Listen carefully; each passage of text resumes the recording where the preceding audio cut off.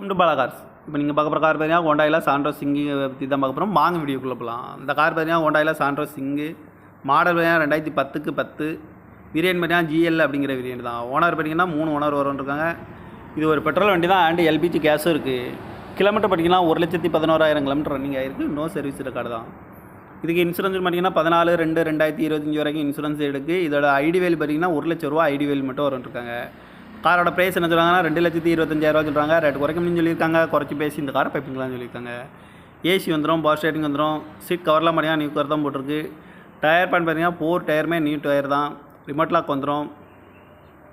LPG இருக்குது, not work அப்படின்ட்டு இருக்காங்க, ஒர்க் பண்ணலை அப்படின்ட்டு இருக்காங்க. எஃப்சி பார்த்தீங்கன்னா 12/10/2025 வரைக்கும் எஃப்சி இருக்குது.